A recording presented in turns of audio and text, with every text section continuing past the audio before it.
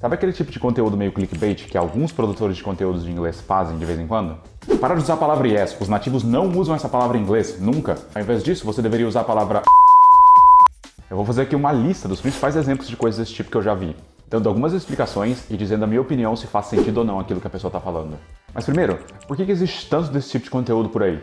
Bom, é que a ideia em vídeos assim é apresentar pra gente maneiras alternativas de você dizer alguma coisa em inglês. Então, por exemplo, ao invés da gente dizer you're welcome sempre, existem algumas outras expressões que a gente pode usar para variar a nossa linguagem. Isso, claro, é sempre uma boa ideia, para dar uma mudada nas coisas e também para simplesmente aumentar o seu repertório linguístico em inglês. O problema que eu já vi acontecendo algumas vezes é quando esse tipo de conteúdo te induz a pensar que as pessoas não usam a expressão original, ou que é errado você usar a expressão original. Tipo quando alguém te diz que, gringos não falam yes, ou que você não responde perguntas com yes. Então vamos começar exatamente por esse tipo de situação. Nativos não falam yes ou no, eles falam... Quando alguém te faz a famosa pergunta de yes or no, a maneira mais fácil e mais óbvia da gente responder essa pergunta é usando yes or no, right? Did you finish your homework? Yes, I did. Are you paying attention? No, I'm not. Mas é claro que existem maneiras diferentes da gente responder esse tipo de pergunta. E na verdade, a maneira bonitinha e formalzinha que a gente geralmente aprende nos cursos de inglês não costuma ser necessariamente a maneira pela qual as pessoas de fato respondem perguntas no dia a dia, principalmente em situações informais. O que, de novo, não significa que seja errado responder as perguntas dessa forma. Deixa eu ficar pequenininho aqui para mostrar para vocês. Por exemplo, para respostas afirmativas, ao invés de só dizer yes e mais algum verbo, você também pode usar sure, yeah, you bet ou definitely. Certainly e simplesmente of course também são opções. Tudo dependendo do tipo de contexto, se é mais formal ou mais informal. Para respostas negativas, a gente pode utilizar nope, absolutely ou certainly not, ou not at all, por exemplo. E além disso, nos dois casos, a gente também pode usar advérbios de frequência para responder perguntas desse tipo.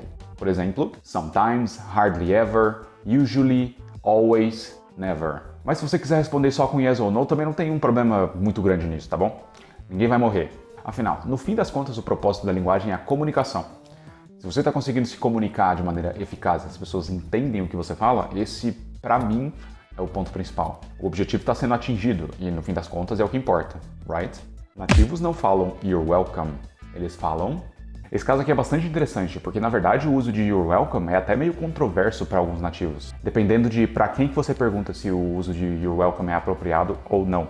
É claro que tem uma série de fatores envolvidos, como localização geográfica, idade, enfim.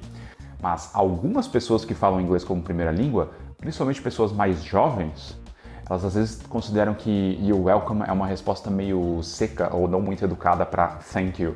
Mas também não é exatamente um problema muito grande e, no fim das contas, tudo depende muito do tom de voz, de como que você fala as coisas. Se você responder o thank you com you're welcome, não vai ter problema nenhum. Agora, se você disser you're welcome, aí isso seria um problema em qualquer idioma que seja, não só no inglês. De qualquer forma, aqui vão algumas alternativas, talvez mais naturais ou informais, dependendo de para quem você pergunta, para você responder o thank you. Você pode falar no worries, no problem, my pleasure, ou don't mention it.